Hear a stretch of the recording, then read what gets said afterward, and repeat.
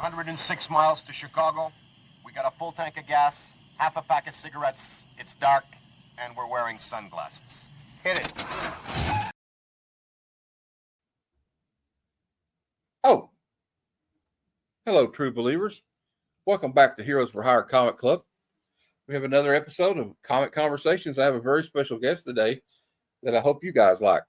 And I think I hear him knocking on the door right now. Let's see. I think I hear a knock somewhere. Oh, yeah. Knock, knock. Oh, Arnold said somebody's there. It's Doctor Von Hoot, the greatest export to come out of Great Britain since The Clash and Iron Maiden. Welcome in, sir. Hello, sir. How are you? I'm doing great. I can't complain. You know, as we say over here, well, I'm sure they say it over there, I don't think it would do any good if I did complain. But as my that sounds about right. As my stepdad used to say, I'm in good shape for the shape I'm in. That's about all I can say. All right. So nobody's watching right now, but I'm sure that sometimes they come in, but if they don't, we got one person watching, but you know, they can watch the replay. So It's all good. So I'm glad you're here. I've been wanting to have you on the show for a while, and we finally got it done. So the way we start out is I kind of stole this question from Rob's Fat Stacks. You know, what is your origin story? Was there a lab accident and you were working on some experiment and it blew up and disfigured your face, and then all of a sudden you decided you wanted to collect comic books? What happened? Whoa, yes. Well, some 900 years ago, I stared into the third eye of the owl and became a mowl. And also, I collect comic books. Yeah, that's the gist of it. I started collecting comic books when I was about, 10-ish, something like that. Very first comic I got was a Wolverine book, and that was on a family trip to the US.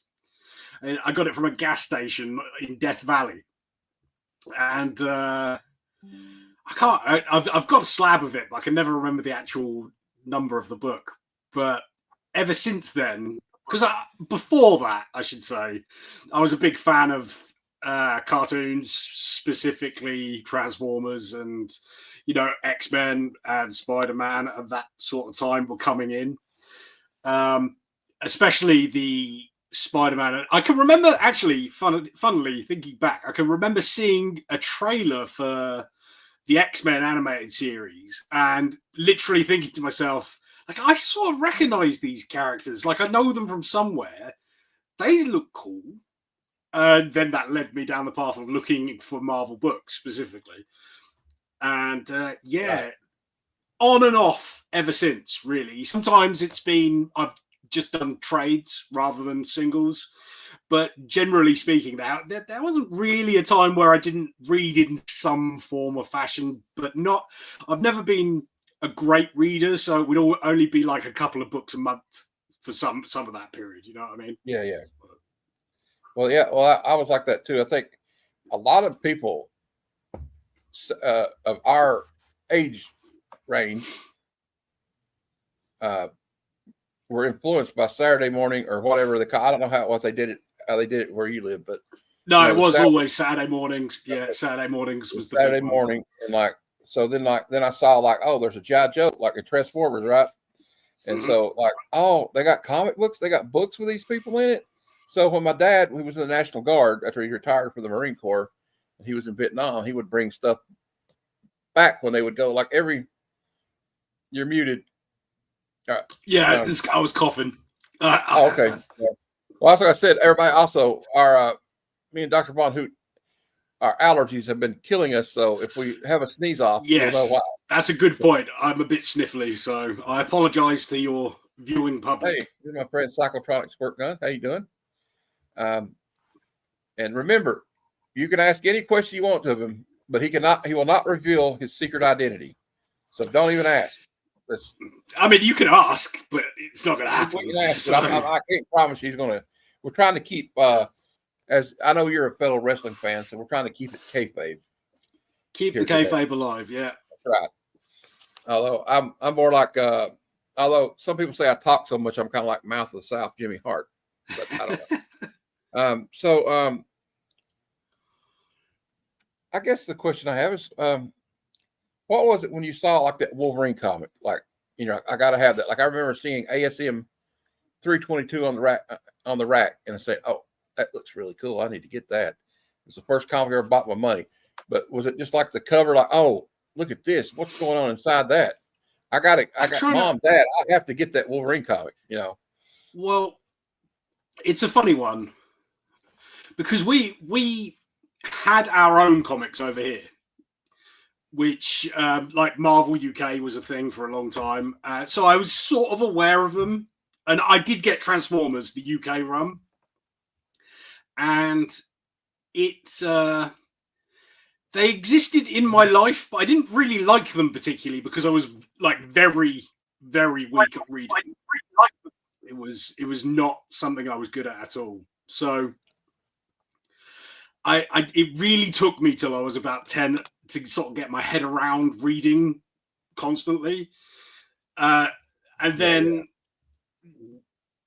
I was obsessed with these cartoons, obviously. So when I found out you could get American comics in the UK, I think there was something a little bit exotic about sort of like the proper way it's done, because I always sort of disregarded our comics because they were oversized. They didn't look the same as the stuff that I was seeing in TV.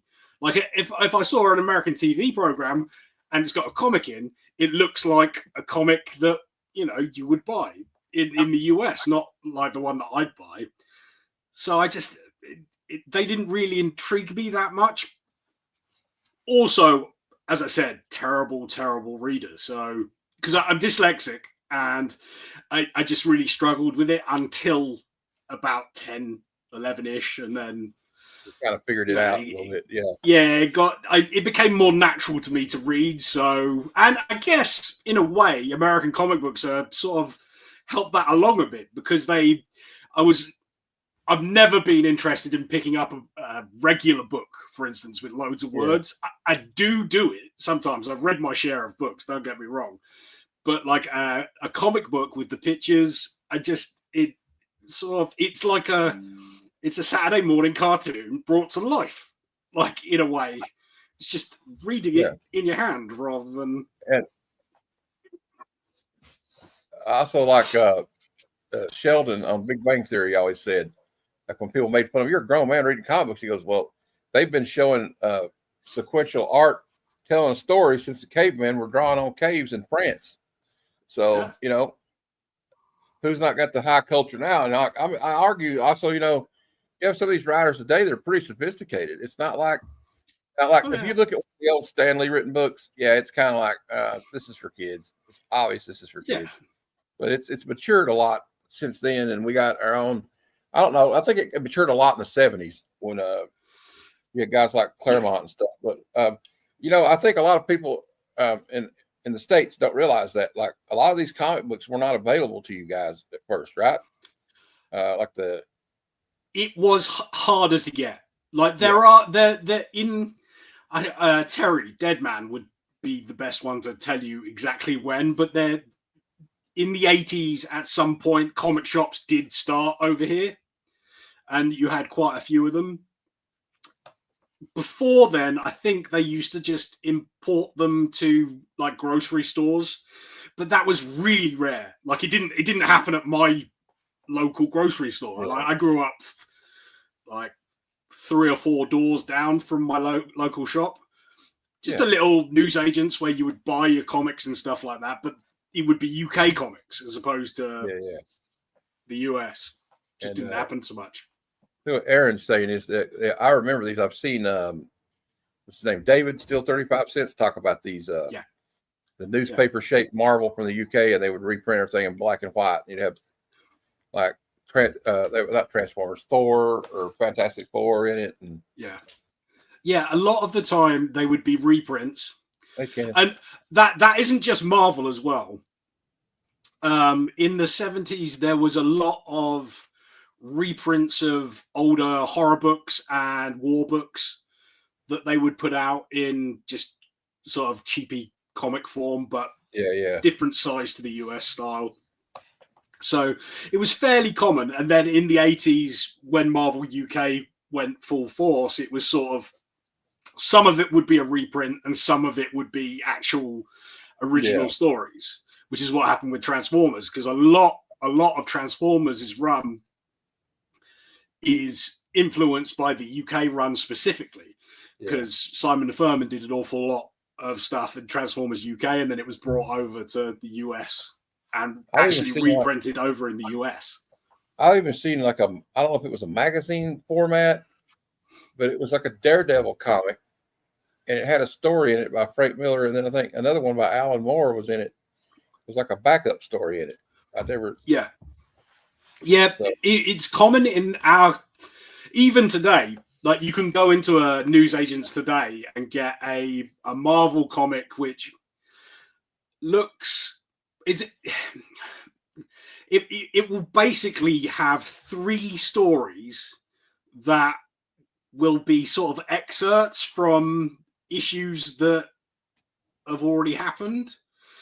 So I don't know. Let's just argue there'll be one that's a Spider-Man, one that's a Daredevil, and one from, I don't know, the Avengers run.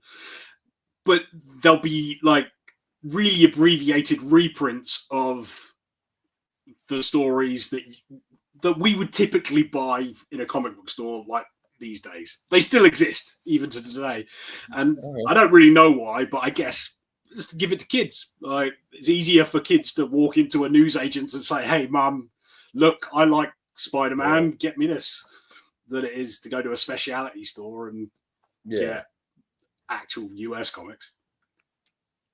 Okay. Well, what are some of your favorite comic series? Like, I like G.I. Joe.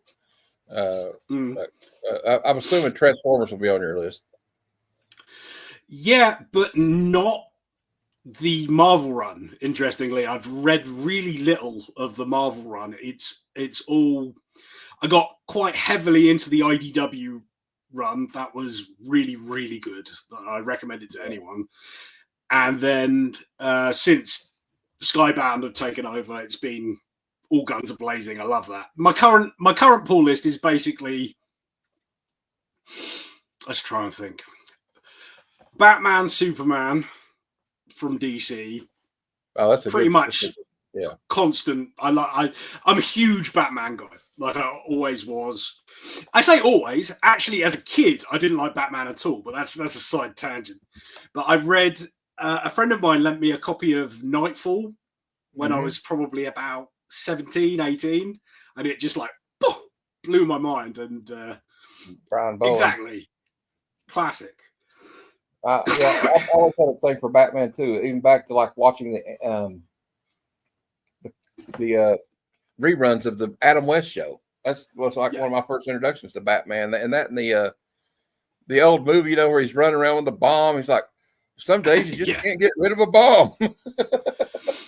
And I used to watch that show quite a bit when I was a kid, and was always sort of frustrated by it being so campy and silly. Oh yeah, that's like, when I got older, I was like, this is kind of campy. Well, no, so the thing is, as I got older, I liked it more. But as a kid, I was all action. I was all like, this is just dumb. Like, why aren't they hurt? Like, why are the bad guys not in the least bit threatening? And why are they carrying bombs that literally have the word bomb written on it?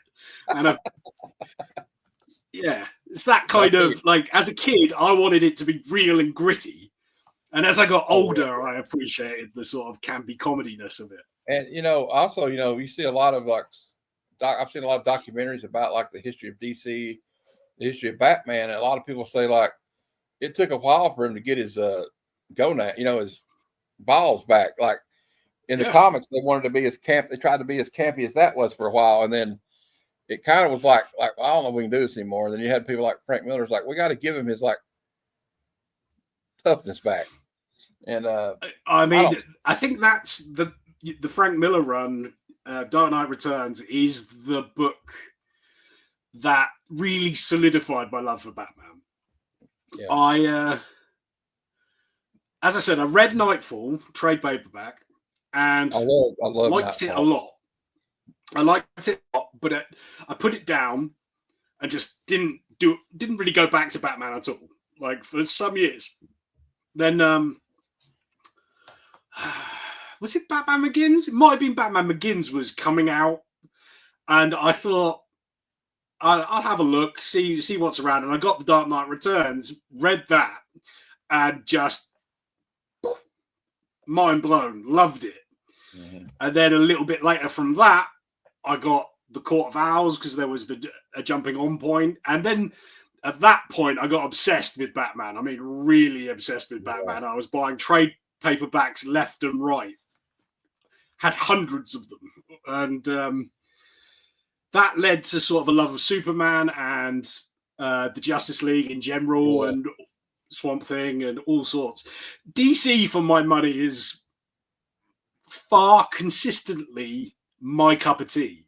It's always slightly darker, slightly edgier, slightly more sort of adult orientated. Whereas Marvel, I love the characters in Marvel, absolutely love them, but the stories I don't find hit with me particularly quite often. So like my pull list for Marvel is literally just Ultimate Spider-Man. And I do get Miles Morales, but I don't really read it anymore, even that. And I actually quite like that, but it's not, not floating my boat. Yeah, then I like the Miles, but I don't know. I question whether I should keep getting it.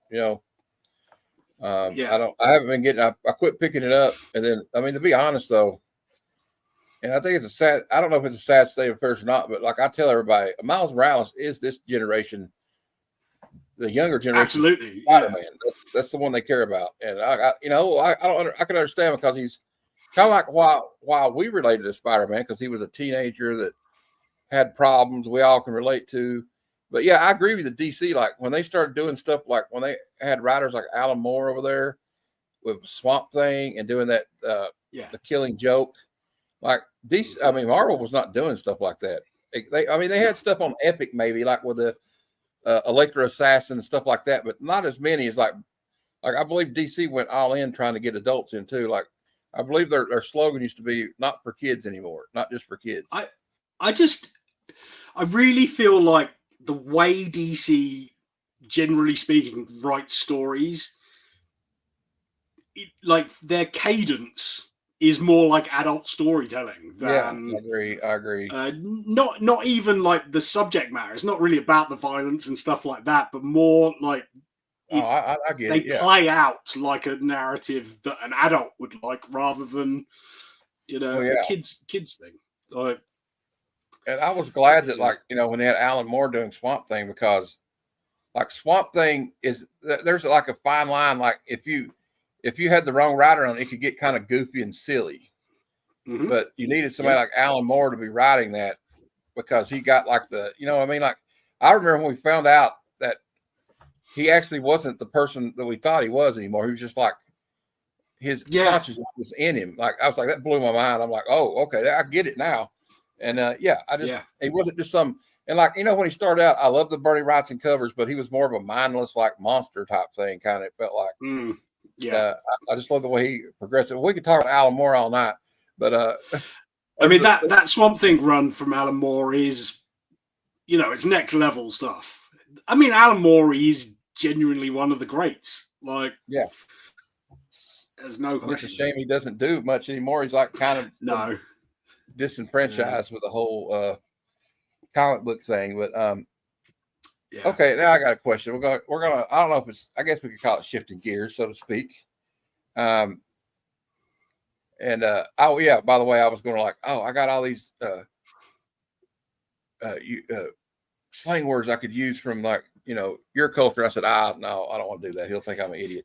And and I'm also like, if I ever try to do a British accent, I always end up sounding like Dick Van Dyke and Mary Poppins.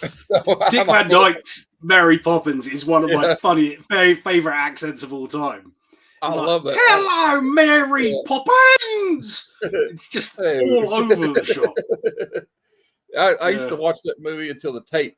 I think I wore the tape out when I was a kid because I don't know, kids, when you see stuff like that. All right, I got a question. Like, like I know what my answer is. Like I'm disabled. It's hard for me to get out a lot. I didn't have an outlet to express how I feel about comic books, so I started a YouTube channel. Well, what was like? All right, what was your like? How did what was it? One day did you just say I want to do this? You've been watching content. I know that's what I did. And I mean, what was the story behind starting a YouTube channel? I mean, it's a long and winding road to get here. Okay, so I had some mental health issues, nothing too serious, but like it sort of I found that I was not doing anything, basically, and it got to the point where it was quite debilitating. I would just literally sit on the sofa and not do anything. So I went to a doctor and got some medication, and now I'm much more up and around and mobile. And within 3-4 months of that, the channel started because like I wanted to do something now. Like I felt the motivation to move around and get stuff done. And yeah, so I also really wanted to do something with Badger, just because I'd spent all this time on the sofa just not doing anything. I would never ignore her or anything. I'd always engage with her, but she must have noticed the fact that I wasn't all there. Like not really. And I found it really important to do something with her together because like she's awesome. She's so much fun as a kid. Not one of the nicest kids you'll ever meet as well. I just wanted to do. Yeah. I just wanted to do something and follow through with something. You know, like let's put something out there, work together, create a thing, and see how it goes. You know. And I must say, I love the interaction with how you involve your family in all the videos. I think it's great. Well, I think I don't think I'd be doing the channel if it weren't for them. Like it's not because they want me to do it and I don't want to do it. That's not it at all. Yeah. It's just that I work best if I'm talking at somebody. Like rather than like I find it very difficult. Like I could never do a live stream on my own, for instance. Not consistently or very well. I just would sort of get a bit stifled. Whereas if I have Badger there, I can talk to Badger and you can watch me talk at Badger about comic books, because I can talk about comic books all day to somebody, but not to a camera very well. So like I thought it's perfect for both of us. There was a the main influence from where it came from, there's who are they called? Guru Reviews. They don't do any content anymore, I don't think.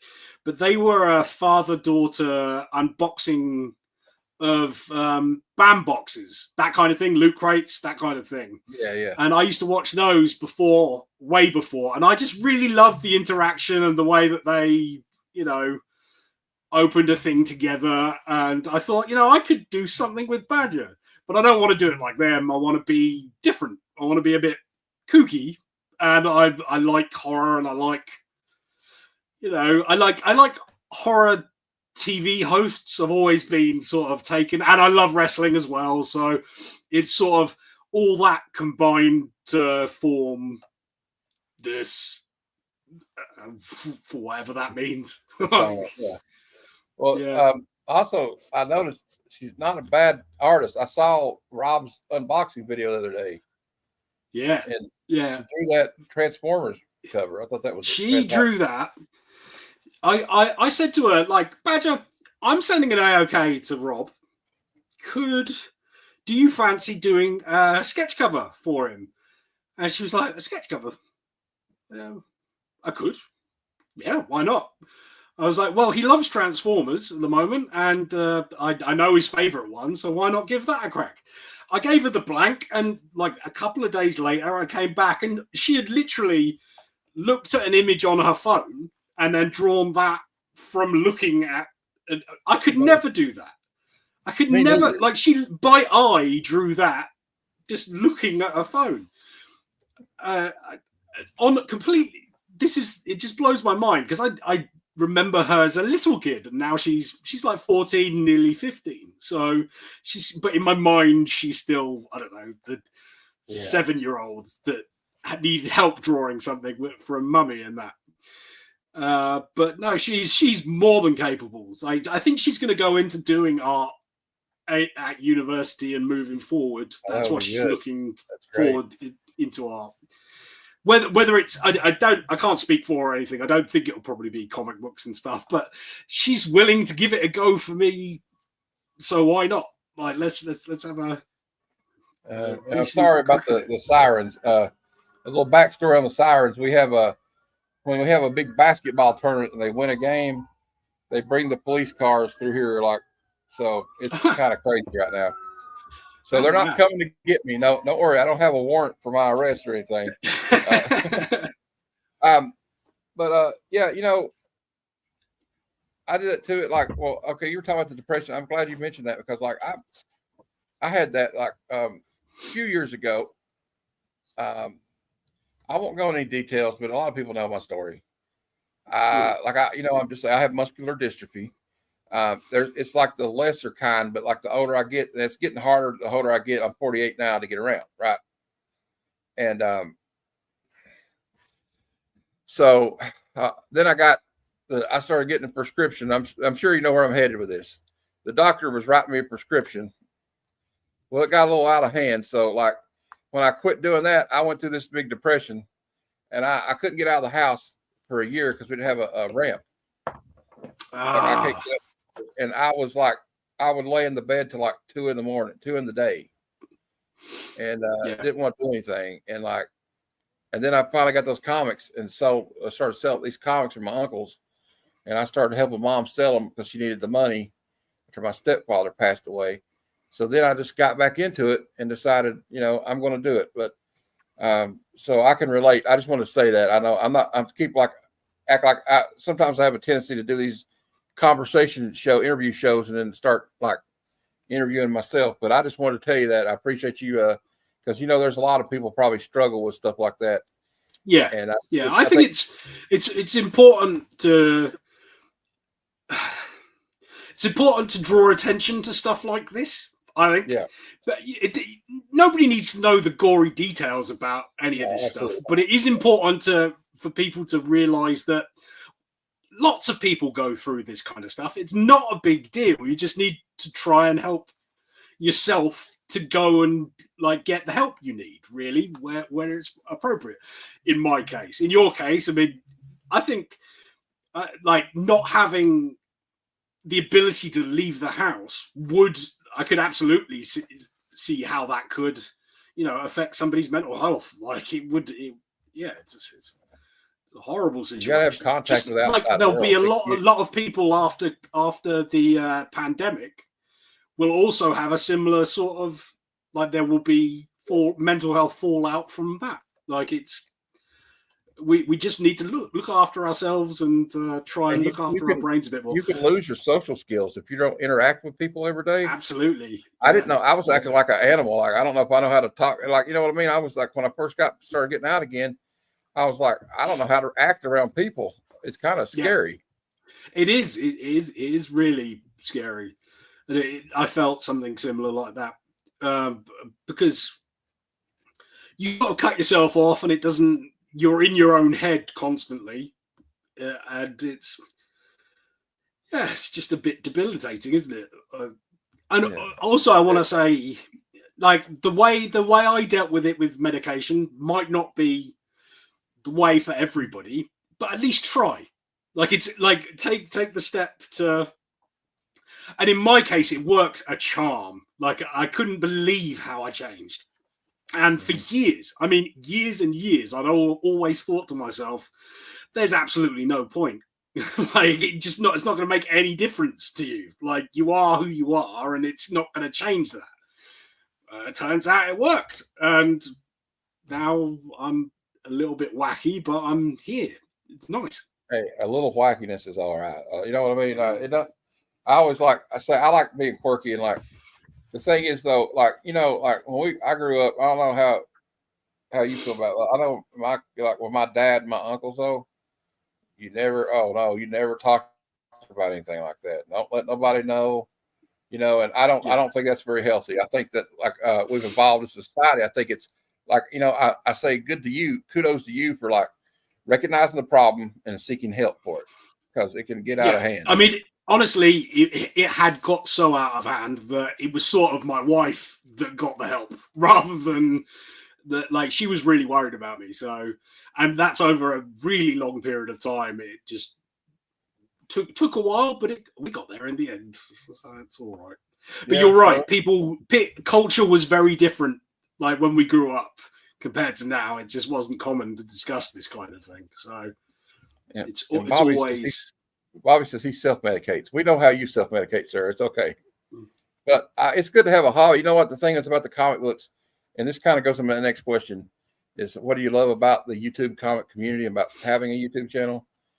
And I have a feeling you probably have a similar answer to what I'm going to say right now, which is I love meeting new people from, like, I didn't even really know anybody from your part of the world. Oh, yeah. Until I came on here. Like, I have people I know in Australia and Great Britain now, and then all across the States. And I love being able to interact with all this. There's been a lot of, I know there's sometimes we hear a lot of negativity, but there's a lot of positivity that comes out of this community. Would you agree? I think the negativity exists everywhere on the internet. Like, specifically, it exists, but you can choose to be a part of it or not. I choose not to be a part of it. I don't engage with any of that sort of thing, so it doesn't really bother me. Like, it doesn't, like, so I sort of doesn't exist to me. In my experience, literally everybody has blown my mind. I cannot believe that I have people that I consider friends now that are in completely different countries, and some of the nicest people I've ever met, even though I haven't actually met them. If you see what I mean? Like, it's, I think if there's one thing that the pandemic did for me, it's getting me used to talking to people over Zoom calls. So it like, because I used to spend loads of time, like, I couldn't go and see my family, so I would speak to them on a Zoom call. Effectively, now I've come onto YouTube, that's what this is. We're streaming to everybody else as well. Technically, StreamYard's kind of like that, because you can set it up backstage and we could just talk and not even go live. So it's amazing like that. And I've actually done that a few times. So we do that all the time, me and Kevin Random Reads. I think you know. Right, yeah. Kevin. And I got Cliff's here. And you know what's great in the chat? Hey, Cliff, is like, Cliff is one of my favorite people on the planet. Like, even talking about having a ADHD. So, all right, sorry. It's a shame that I'm unlikely to ever get to the US. Like, unless I make a ton of money somehow, it just isn't going to happen. But like, it is a dream to meet all of you guys in person. Like, every year when Heroes Con comes on, I'm watching every single clip and everything, because like, I can live a little bit vicariously through you all. If I watch it all, but at the same time, I'm like, I wish I was there. I hope, because it looks amazing. Well, we'll start a GoFundMe or something for you and you and Matt Spotty. We'll got the Matt Spotty. They can fly from Australia and pick you up. And then I was joking with him one day. I said, dude, if I was like, had money like Bill Gates or, Elon Musk or something, I would just pick everybody up and we'd fly to the Charlotte. Oh, absolutely. Like, if I ever get you, if I ever make FU money, I will pick up every one of you guys and like. Oh, you got that? Is that like, remember that? Is that for the movie The Gambler? Remember that movie where Mark Wahlberg and he's like, John Goodman's like, you got enough money to buy a house and not worry about the payments, and then have money set away. So that's called fuck you money. Yeah, exactly. That sort of. That's the dream, and I can live in that dream. Like, why not? I always said I'd do two things. If I ever made that sort of crazy money, I'd buy the rights to really obscure films and start distributing them in the UK. Yeah, So I'd buy like the Weng Weng movies, like the like that kind of thing. I'd restore them so they were fully to as best as I could, and I'd put them out in a very niche market of me and about 3 other guys that really want those movies. But I just want I want to preserve them because I love that kind of stuff. It's great. Just any. That's our rating system for bad cinema. We have, if it's a great B movie, we give it 5 wing wings. So Tremendous.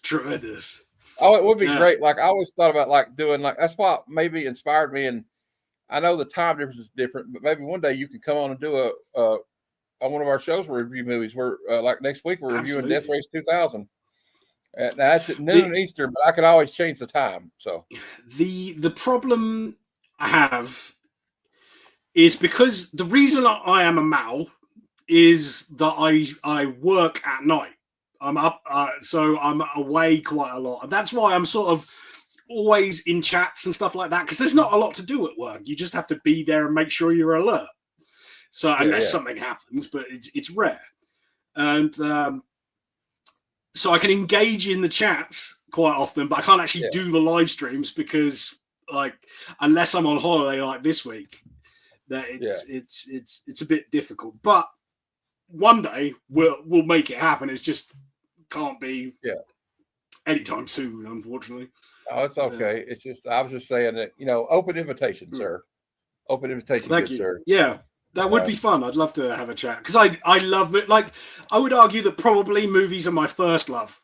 Like television in general. That's my first love. I grew up with going to the video rental store right down the street, and I'd walk to it. Yes. And right next. Films released this week. I gotta get me another ninja movie. I grew up 3 doors down from a video rental store. It's still one of my favorite memories of like to go if I'm ever feeling nostalgic, I'll try and travel back to the video store that used to exist there in my head. And I can still remember looking up at all the movies, and we had there was a selection of manga entertainment films, so like Akira, Bubblegum Crisis, specifically AD Police, and what's that other one? Dominion Tank Police. The original 2 of those, where you had the sexy cat sisters on the covers, and they would be up as if they were, porn films, and I'd just be stood there underneath them, being like, "What are those films? Like, what is that? Like, how is that a cartoon? Like, how can I watch this? Because I can't.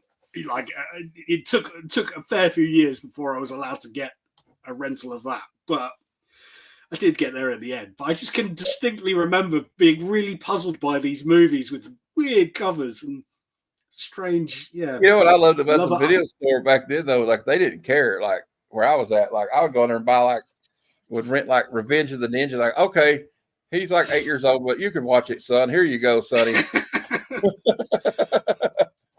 Unfortunately, they did care where I grew up. Okay, well, I didn't.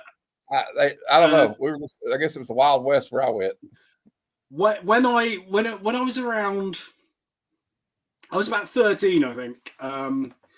They closed, but the liquor store that was down the road started carrying videos to rent as well, like a small section of videos, because the old shop had closed. And then they were all right with letting me rent stuff. So I would be. Then I'd like when I was about 13, 14, I was renting, like Scream and the Friday the 13th movies and all that sort of stuff. When I really shouldn't have been, but I did. So it was fine. Yeah.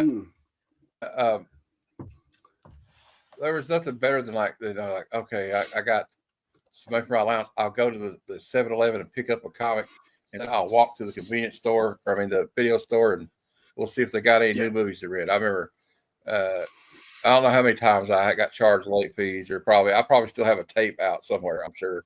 But I don't know, man. I just loved like, and you saying like you were talking about Akira. I remember the first time I saw that movie, it blew my mind. I was like, they do animation like this? Like, you know, I was used to like we were talking about earlier, Saturday morning cartoons, and this movie comes out, and I'm like, where did this come from? Yeah, you got those rewind fees too, Adamantium Blade. It's all the time. Never fails. Like, oh, you got to be kind. You know, all of they have those stickers over there. You know, be kind and rewind. It'd say. Yeah. The charges like 50 cents. So, all right. Well, I got a question that's not on my list, but I figured since wrestling is coming up, and I know you're a wrestling fan, and I'm a wrestling fan. I think I'm circling. Sometimes my internet's bad today for some reason. It just depends. We got high winds. I don't know if that has anything to do with it. But anyway, do you have any? What are you hoping to happen at WrestleMania? And do you have any predictions for WrestleMania?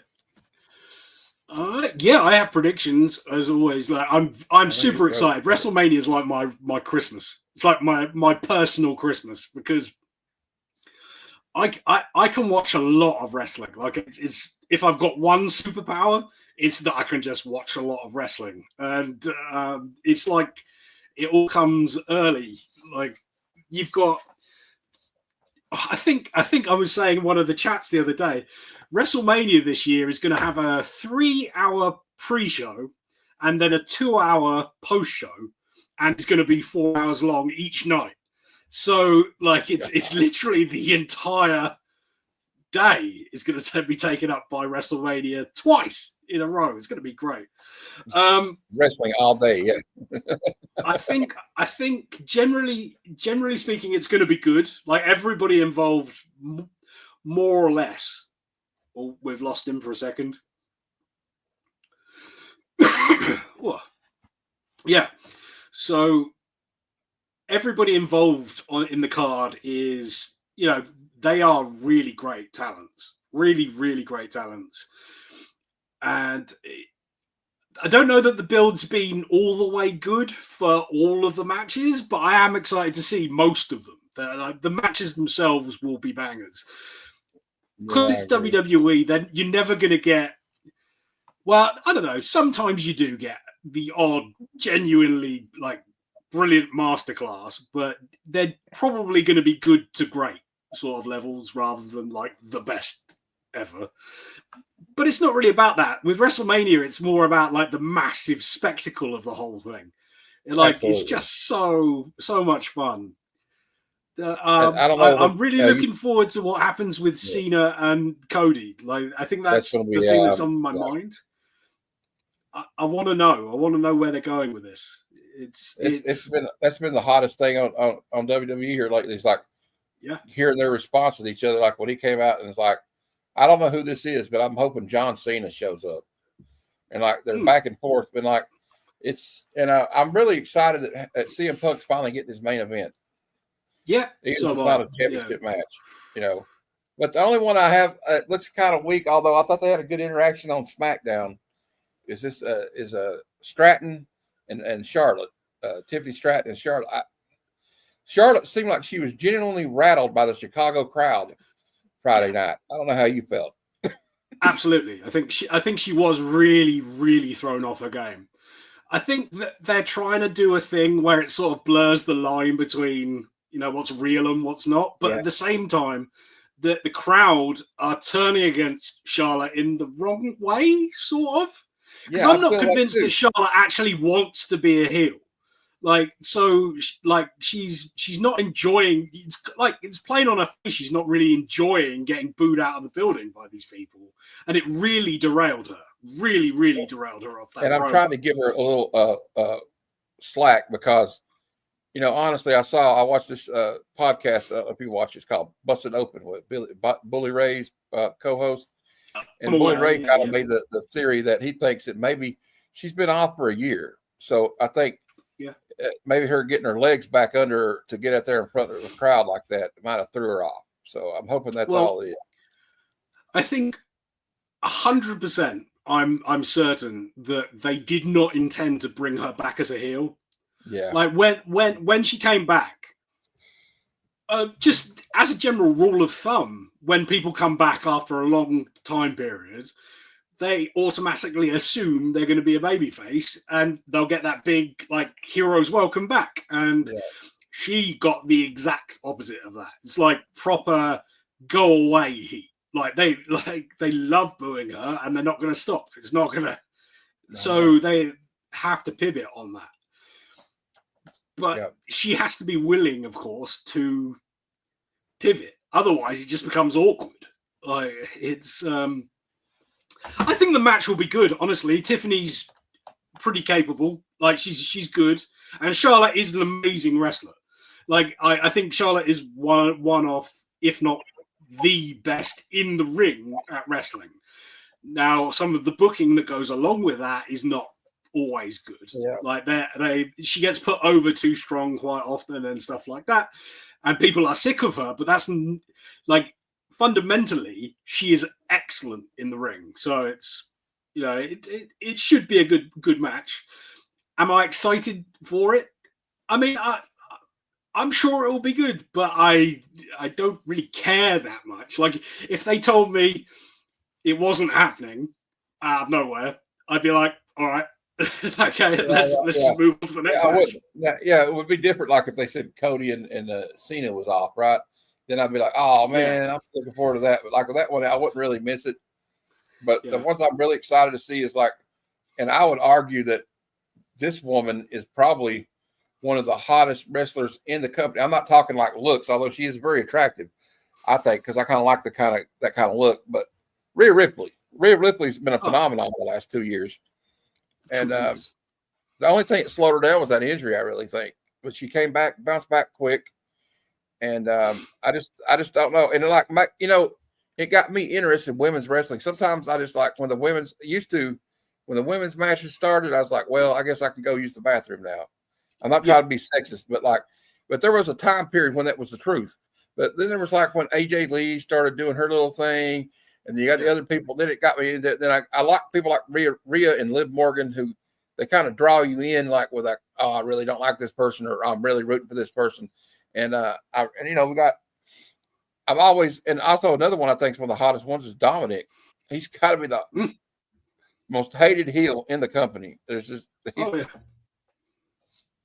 like Dom is. I had no idea he had the talent in him that he has. I mean, I don't know why I'm surprised. He's Rey Mysterio's son. I mean, like, his so godfather why is it a Eddie surprise Guerrero. that he's great? But he is so good.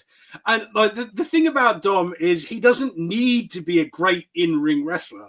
I'm not saying that he isn't, but he doesn't need to be. It's not about that. He's all about the natural heat of being a really slimy little man. That we all sort of think, you're a terrible person. Yeah. It's great. And you can tell he loves playing that character as well.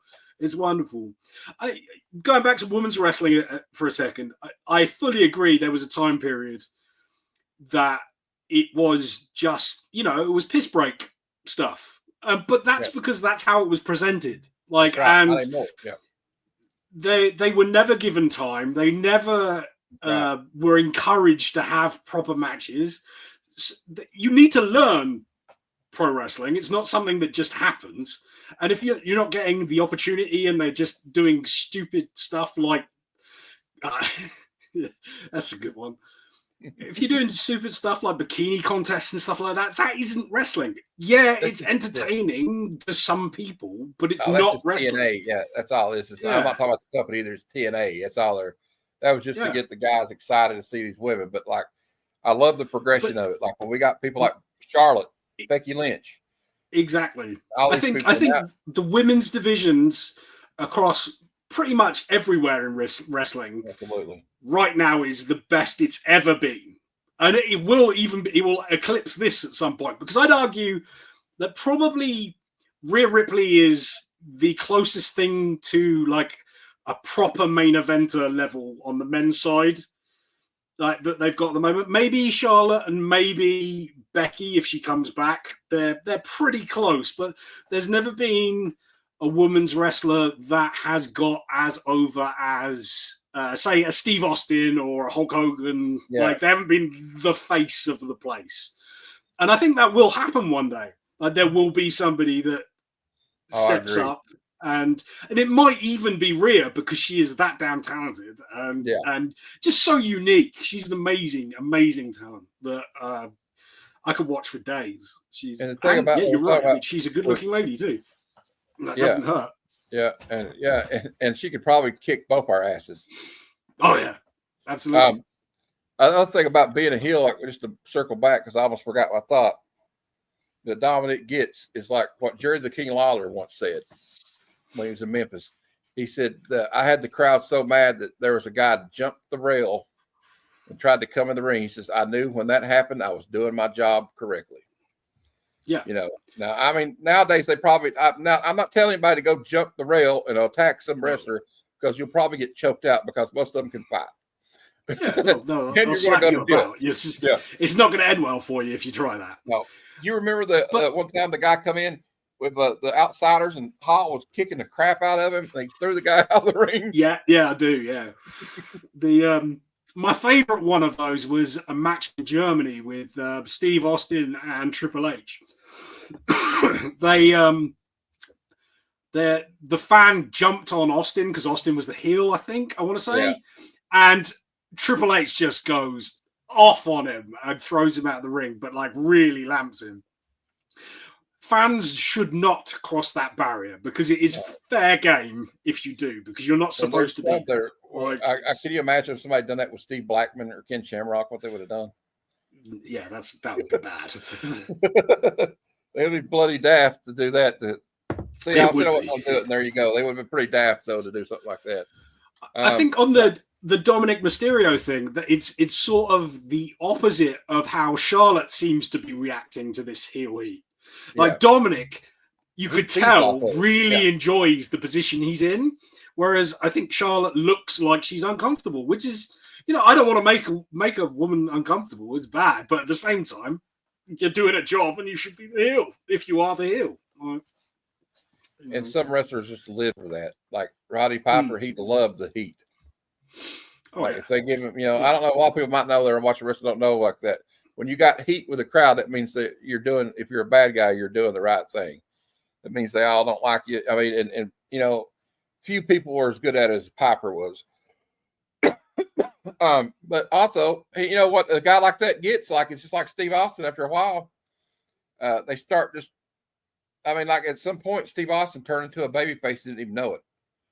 And they were smart enough to recognize it. Yeah. At WrestleMania 13, and Bret Hart was going to do the heel turn anyway. So, and I would argue another question. I know we kind of went off on a tangent about wrestling, but I like talking about wrestling, and it's good to have somebody on here because some people, if you talk to Mad Spotty about, he's like, wrestling, I don't want to talk about that shit. Yeah. But we would already been kicked out, or no, he would have kicked us out. Simon's not like that. But, as a side tangent, like I always think it's really, really odd that comic book fans don't universally love wrestling. It just seems like a thing that they go really well in hand with each other. Like wrestlers are essentially superheroes. Like it is what it is. Yeah, when you're right, you're right. Point. And after a while, though, you get so much respect. The crowd respects you so much, they start popping for you. I don't care. Yeah. When Poppered out, nobody's going to boo him. Would have booed him now if he was alive. I wish he was still alive because.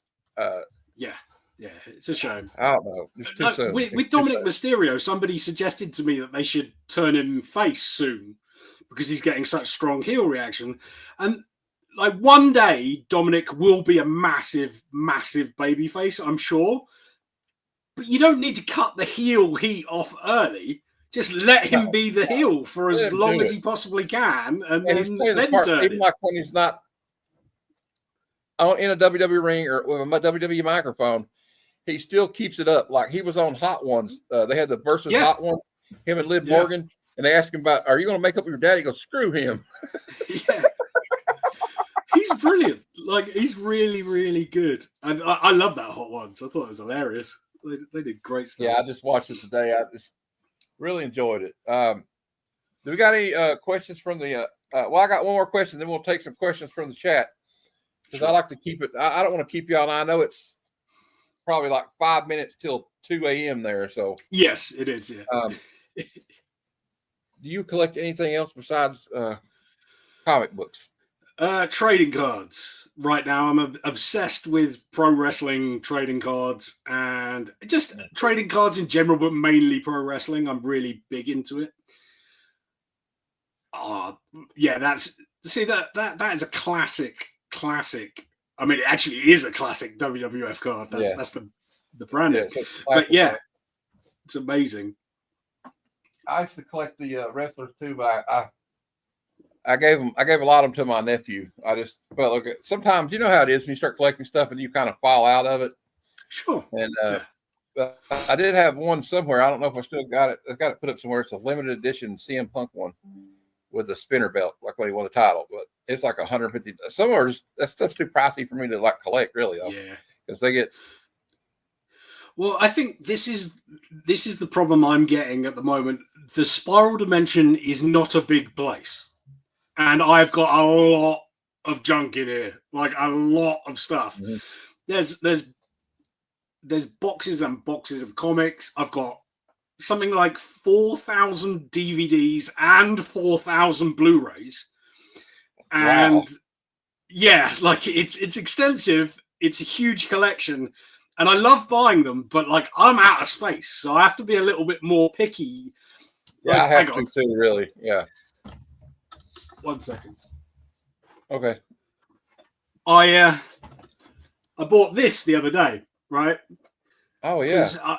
I love Hallows Eve, and this was really cheap online, and I thought, yeah, let's get an action figure. I haven't bought an action figure in a while, and usually I just stick to Transformers, but Transformers I can't really buy anymore because A, they're really expensive, and B, I've got no room for them. I still buy them every now and again, but I can't. There's no space. And now I've got this. I'm like, I've got it. I love it. I've got nowhere to put it. Like, it's, yeah. I do that now. I'm like, I feel like, you know, what's that scene in Jaws when Roy Scheider's like, we're going to need a bigger boat. Yeah. And I'm pretty much at that point now. And I got all these comic, like if you can't see it, but I got comic boxes to my left. I got over on the right. It's like a comic box fort. And then I have all my, I have like all the stuff I can't even put up. Like I got that stuff. Like I'm like that too. Look, my friend Cheap Comic Collector gave me this X-Men toy. It's in the Danger Room. That's awesome. I don't even know where to put it at. I said, well, I need to order an action figure like the one in the, so I can set it up. And then I was like, well, where am I going to put it if I get it out of the box? So it's still in the box. See, when I was a kid, this was never a problem. Like I know. I would buy a toy and I would just put it in a box. But because I don't play with toys in the same way, I need a place to put it and have it look cool. It just doesn't happen. Like I love all my stuff. It's just I'm running out of space. Parallax wants you to send her all the Hammer movies. See, on the one hand, I would if I didn't really want to keep them. That's the thing. I love my movies. I tell you what, you can have all the really, really bad women's. I mean, are they women's? Well, that sounds a bit sexist. Like the romantic comedies, like the really bad ones. I'll give those away for free. You've got mail. Actually, you've got mail I really like. It's the bad ones that I don't. That's true. There are some like a lot of there's like the Hallmark Channel. Yeah, those kind of ones. Those are like, oh my God, why do I have to? Why am I watching this? Like my mom watches those at Christmas, right? And I'm like, it's always like, oh, there's this handsome young man that sells Christmas trees, but somehow he lives in a $500,000 freaking log cabin. You know what I mean? And he's like, yeah, I mean. But I'm no way. Okay. See, Mrs. Von Hoot. she's a good one. She likes pretty much all the stuff that I like. So like horror movies and action movies, and so. But at the same time, every year she does exactly what you're talking about. She'll watch those Hallmark Christmas movies constantly, and I'm just like, why are you doing this? Like, because they're not even so bad they're funny or anything. They're just like watching paint dry. Like, they've been keeping C-list. Well, one thing, they keep D and C-list actors employed, I guess. So that's true. That's true. Good for something. All right. Do we have any before we go? Are there any questions from the chat for Dr. Von Hoot? So in Psychotronic, Squirt Gun's like, I'm too squeamish for slashers. So is my wife. Yeah, he had to. I got him to watch Motel Hell. And he's like, I don't know about this movie. Some people, yeah, Dean Cain is in 1,000 of those movies. It's like I recognize that like horror movies specifically are not going to be for everyone. Like it isn't everybody's cup of tea. Like even like some of the bad action movies that I love, that just it doesn't work for everyone. But I love all this stuff. It's great. I heard your question. What are your top 5 DVDs? Oh, that's a tough one. I bet you. Yeah, it is. Top 5 movies or actual DVDs, like the physical DVDs? Because I've got this really cool, a couple of them. The Herschel Gordon Lewis box set, which is in like it's in like a cereal box, like, and it's got like 2 really big books. It's really, really nice box set of really bad movies that I love. Like, I love those movies, like The Wizard of Gore and all his stuff is really fun. But yeah, it's a cereal box. If I could get to it, I'd get to it to show you, but I think it's buried behind a bunch of stuff over there. I've got another really nice book of With Nail and I, which is one of my favorite movies. Love that film. And it's inscribed specifically to me because of the way they did the release of it. So yeah, that's really cool. I got some cool stuff. I do. I've got one movie one Blu-ray that there are only 100 copies of it, and it's a slasher movie that was made in the 80s by a 14-year-old kid in the US. And they bought the rights to it and put it on Blu-ray for the first time, but with only 100 pressed. And I managed to get one of those. It's not a good movie, but it's really neat to have something like that. Yeah. Yeah. I like stuff like that. Like it's weird. It didn't have to be that great. Like there was a comedy that was like a horror movie. It was trying to be like those old Hammer films where it was it had Peter Cushing and Christopher Lee in it. And this writer wants to go to a place to like write, and he's got a bet with this guy that he can write a crappy novel in like a month or like a week or something. And so you think they're really like out to get him and stuff, but these people are all like actors. I can't remember the name of it though, but it was pretty good. And then anything with like Christopher Lee in it back then, dude. When I was a kid, Christopher Lee scared the bejesus out of me. Yeah, he was wonderful. Really special actor. So much gravitas, like he could really. And he was on an album cover. He was on a Paul McCartney album cover once for Band on the Run. I didn't know that. I'm gonna have a look for that. Look at the Band on the Run, and it's got a lot of like British actors are on the celebrities are on there. It's like a spotlight on them. Like I guess they're breaking out of jail. That sounds fun. I'll have a look at that. Yeah, Christopher Lee, the Wicker Man. It's like one of the greatest performances ever. Love it. Some of the horror cinema that came out of Great Britain in the 70s was amazing. Oh, yeah. Yeah. Really special stuff. I mean, Hammer in general, but also, the Wicker Man and Amicus as well. Just great stuff from the 70s. They're really, I guess because all the Gothic stuff is actually here. Like we've still got Gothic buildings knocking about everywhere, so it's not that difficult to. Yeah, that's one thing I argue about. Unfortunately, about the states is like, sadly, a lot of times when something gets old, they tear it down. But like in Europe and in Great Britain and Scotland, they kind of like try to keep a lot. I know we got a lot of new stuff, but it seems like they try to keep. Yeah, it's a weird blend. I think the old stuff will always try and keep around, but the stuff that is, I don't know, like the council houses or something like that, they kind of that all gets knocked down. Then you get modern ones and big skyscrapers everywhere. But the funny thing about going to a city in England is you'll always find like pubs that have been there for like 500 years. Oh yeah, and they look like they're 500 years old. It's all sort of old white thatching and stuff like that. And they always have a clever name. Yeah, I mean but it'll be like nestled between really new buildings. Like but it'll be like you just went back in time when you see this building. Well, and I don't know. I know what, I'm proud of myself that I was able to pull that phrase out of my butt. Council house. I bet you didn't know I could say that. All right. Yeah, I mean, you don't hear Americans say council house very often, do you? It's well, I watched a lot. I watched a lot of stuff. Like I told you before we started, like there was a documentary I watched called "The Filth and the Fury" about the Sex Pistols. Right.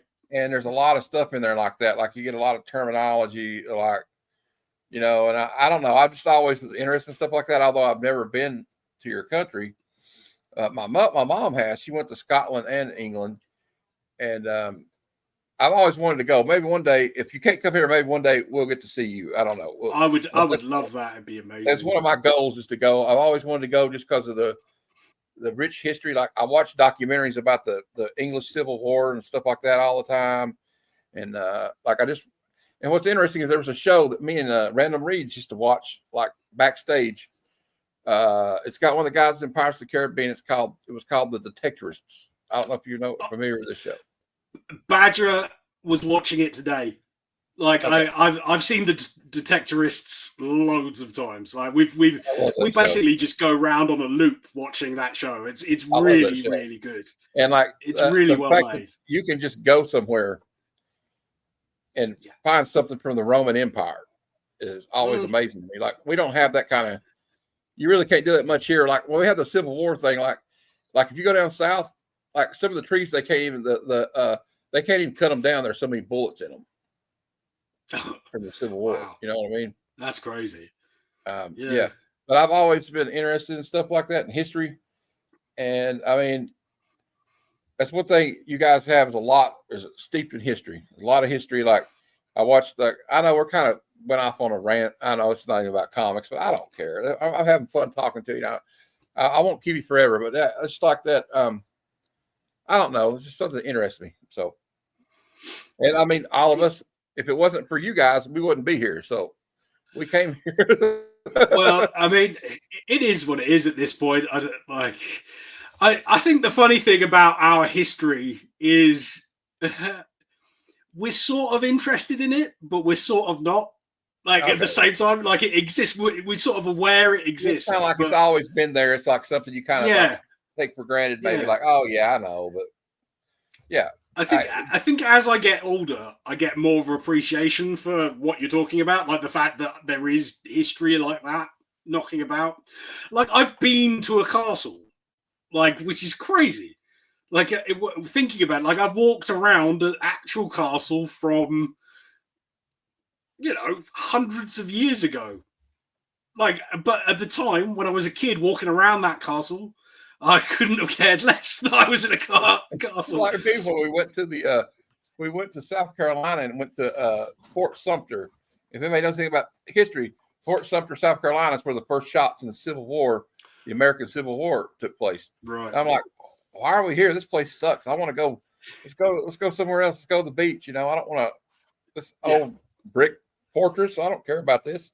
But then they took us to Charleston. We went and saw the USS Yorktown, which was almost sank at the Battle of Midway. And so I really like that, though. Yeah, I don't know. I get into stuff like that. I can get on a tangent when we talk about history. I was just watching a documentary earlier about Winston Churchill. So, and then I think an FDR's relationship. So I always find something to do, I guess, when I'm sitting here. But like, I get kind of into the rabbit hole sometimes. I don't know about you, but like, well, I'll be watching something, and I love a rabbit hole.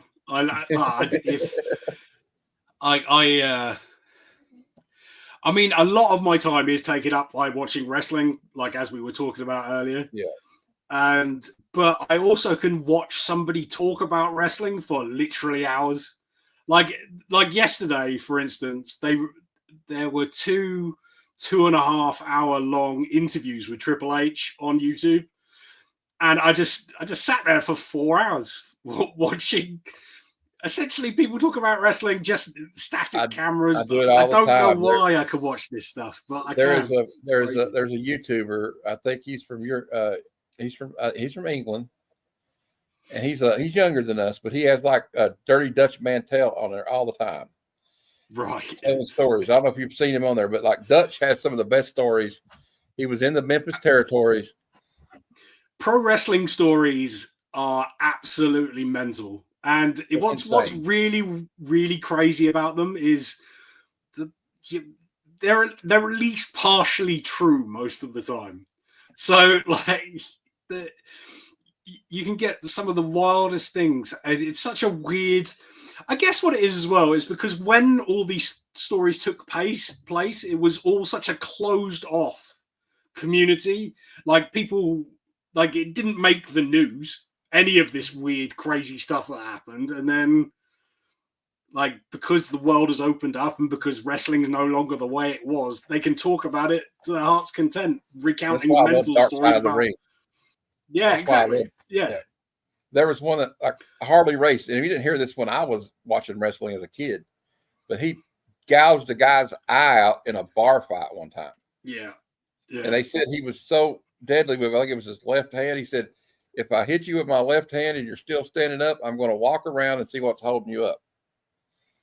Because you're supposed to get knocked out. So, and you hear all these wild stories like that. Like, remember the plane ride from hell, where you got Brock Lesnar trying to square off with Kurt Angle in the aisle of the plane. Nearly opened the door. Yeah. I'm like, what are you guys doing? And there's also some dark stuff that actually happened on that flight we won't get into. Yeah. Like, very bad. Kind of shows you like it was kind of the Wild West back then during the Attitude Era, and the it's a funny juxtaposition because like some of the stuff is really fun, and some of it is really dark and horrible, like criminal. A lot of criminal things happened in wrestling. The one they did about Jake Roberts' dad was really dark. Yeah. We're not going to go into that, but that was just horrible. But if there's no more questions, I guess I'll let the good doctor go. I really appreciate you coming out. We had fun. We talked probably about wrestling 50% of the time, but I'm okay with that because I like talking about wrestling. So, yeah, well, thank you for having me on. I was really looking forward to this. I see. That's the thing. Like, Badger loves wrestling, but otherwise, I don't really get to talk about wrestling that much. So I'm in a couple of IG groups that get really lengthy posts that I put about what happened on Raw, and they all immediately slap their heads and go, "Oh, I'm not reading that." Oh no, not another one. But like, I just like talking about wrestling, and I really don't get that much of an opportunity to do it. So thanks for having me on and having a bit of a chat. All right. Well, before we go, I'm going to do a little housekeeping for the channel.